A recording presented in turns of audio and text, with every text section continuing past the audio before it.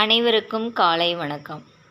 இன்றைய சிந்தனைக்கு, ஒரு ராஜா அழகான குதிரை ஒன்றை வளர்த்து வந்தார். அந்த குதிரை இன்னும் அழகாக வேண்டும் என்ற ஆசை கடவுளிடம் வேண்டியது. கடவுள் குதிரையின் முன் தோன்றி, நீ அழகாக வேண்டுமென்றால் என்ன செய்ய வேண்டும் என்று கேட்டார்.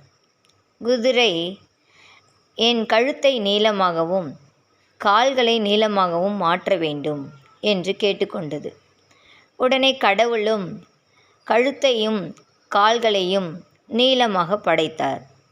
குதிரை இப்போது ஒட்டகம் மாதிரி ஆகிவிட்டதால் தன்னுடைய அழகு குறைந்துவிட்டது என்று கூறி, என்னை மறுபடியும் குதிரைக்கே மாற்றிவிடுங்கள் என்று சொன்னதாம்.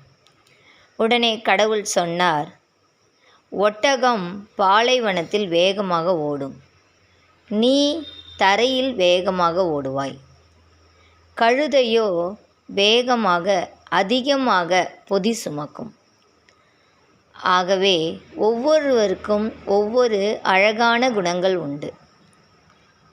நீ ஏன் இவ்வாறு மாறினாய்?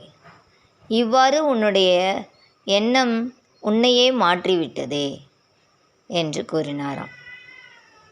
இதிலிருந்து நாம் தெரிஞ்சிக்க வேண்டியது, எல்லோருக்கும் ஓர் அழகு உண்டு.